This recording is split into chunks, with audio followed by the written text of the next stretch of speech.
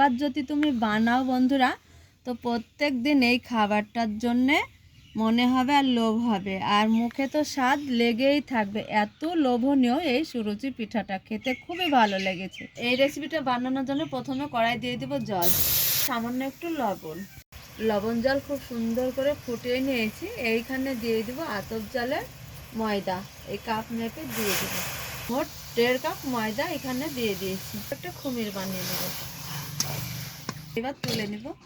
ওই কড়াতে দিয়ে দিয়েছি 1 লিটার গরুর দুধ। এইখানে দিয়ে দেবো মুখ ফাটানো 3টে এলাচ দিয়ে দুধটাকে খুব সুন্দর করে ফুটিয়ে 1 লিটারের জায়গায় আমি 700 গ্রাম করে নেব। তাহলে ময়দাটা খুমির করে নিয়েছি। এবার আমি এই গরম অবস্থায় ঠেসে ঠেসে হাত দিয়ে একটু মেখে নেব।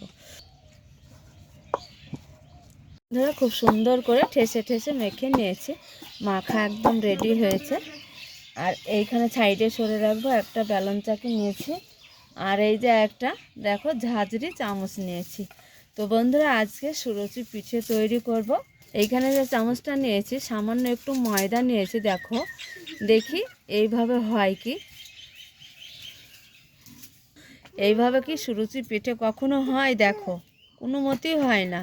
এইগুলো হাতেই তৈরি করতে হয়, না হলে বেলন চাকির মধ্যে। এইখানে দেখো একদম ছোট ছোট দানা দানা হয়েছে, আর এটা বাদ দিয়ে দিব। দিয়ে এবার কিভাবে সুরুচি পিঠেটা তৈরি করতে হয় তোমাদের দেখা। মধ্যে শুকনো চালের ময়দা ছড়িয়ে দিয়েছি, এইভাবে একটু রোল করে নিব। ময়দা নিয়ে নিব। এইবার দেখো 2 ভাগে ভাগ করে নিয়েছি, আর সামান্য এই যে এইটুকুন করে নিয়েছি, সামান্য একটু এইটুকুনের মধ্যেও একটু বাদ দিয়ে দিব। দিয়ে দেখো এই যে পিঠের মাঝে রেখে দিব। এইভাবে আঙ্গুল দিয়ে এই যে ডলে নিব। দেখো দেখে বুঝতে পারছো, এইভাবে আমি তৈরি করে নিব। পিঠের সঙ্গে হাতের তালু দিয়ে একটু ডলন দিতে হবে, খুব সুন্দরভাবে হয়ে যাবে। এইখানে সাইডে একটা প্লেট নিয়েছি, এইভাবে রেখে দিব। আরেকভাবেও তোমাদের করে আমি দেখাচ্ছি। কতটি সুরুচি পিঠাগুলো তৈরি হয়েছে একভাবে তোমাদের দেখিয়েছি বেলন চাকিতে ডলে। এবার দেখো আমি হাতের তালুতে কিভাবে এইভাবে তৈরি করেই দেখিয়েছি, এইভাবে তৈরি করে তোমাদের দেখিয়েছি। এইবার দেখো আমি হাতের মাঝে তৈরি করে নিব।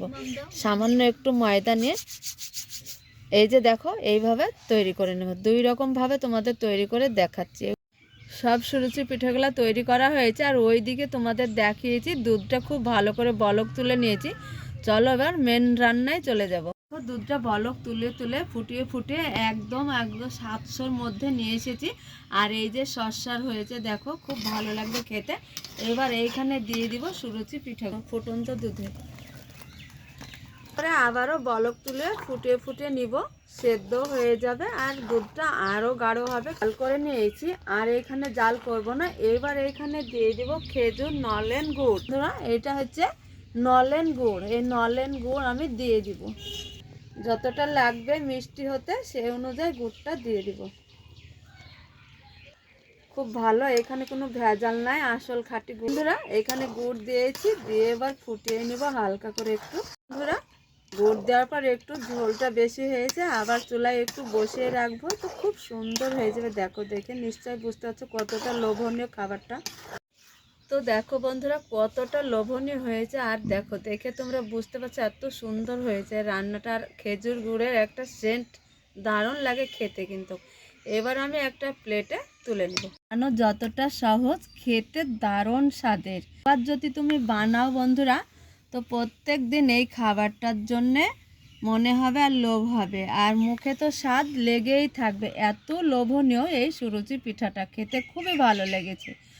আজকের রেসিপি তোমাদের কেমন লেগেছে অবশ্যই তোমরা একটা লাইক কমেন্ট শেয়ার করবে, আর পুরো ভিডিও দেখবে, আর ভিডিওটাকে অনেক অনেক করে শেয়ার করে দিবে। আজকে সুরুচি পিঠের রেসিপি বন্ধুরা, তাহলে শেষ করছি এইখানে। তোমরা যেখানেই থাকো ভালো থাকো, সুস্থ থাকো, তোমাদের টাটা।